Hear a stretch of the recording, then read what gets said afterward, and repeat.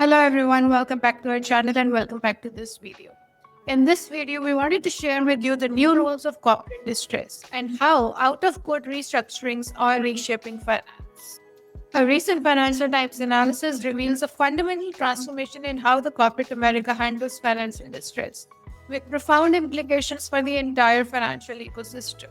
The corporate restructuring landscape has gone a seismic shift that's fundamentally changing who wins, who loses, and who gets paid when the companies hit financial trouble. The numbers tell a striking story that every financial professional should understand.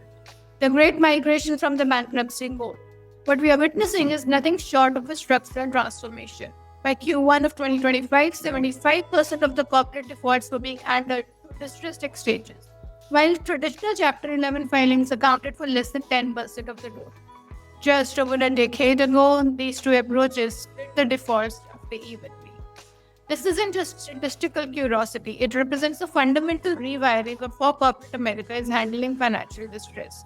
The poster child for this, Carvana's dramatic turnaround, wherein clever financial engineering helped the company avoid bankruptcy court entirely, sending its stock from $4 to $350 and adding another $75 billion in market value.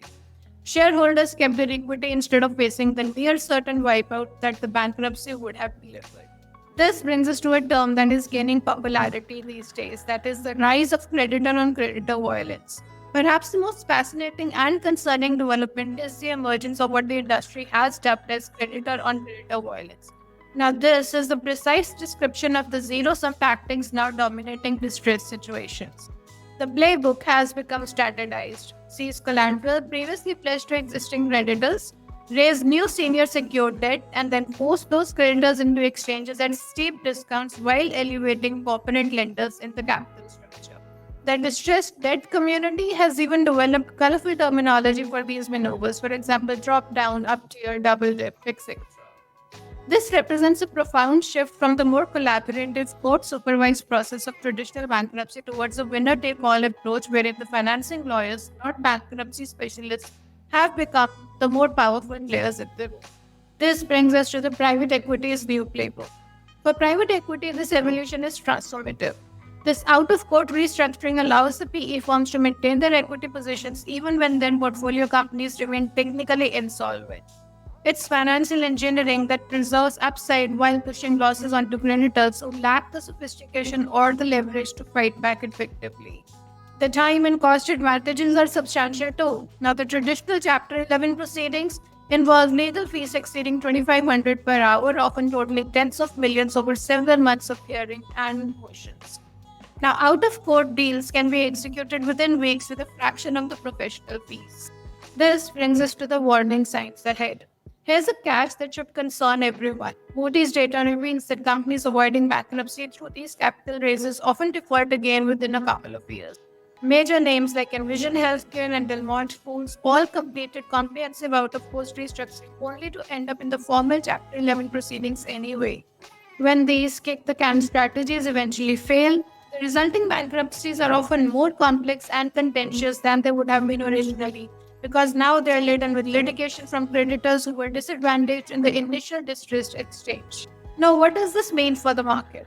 Now, this transformation is actually reflective of several broader trends that we are seeing in the market, which are like capital abundance, legal innovation, information asymmetry. When we are talking about the capital abundance has made aggressive refinancing possible, and weak covenant structures have given debtors more room to maneuver against the creditors. When we are talking about legal innovation, it is outpacing regulatory response, creating opportunities for sophisticated actors to exploit the gaps in traditional debt documentation. When we are talking about information asymmetry, it is being weaponized with company-side advisors using superior knowledge of capital structures to disadvantage less informed creditors. And then there is the rise of specialists, for example, the financing lawyers who understand how to dissect loan agreements and bond indentures for exploitable loopholes. And this signals that the technical expertise in the capital markets law may now matter more than traditional bankruptcy knowledge. The bottom line here being that we are witnessing the emergence of a new paradigm, wherein financial engineering often trumps the fundamental business improvement.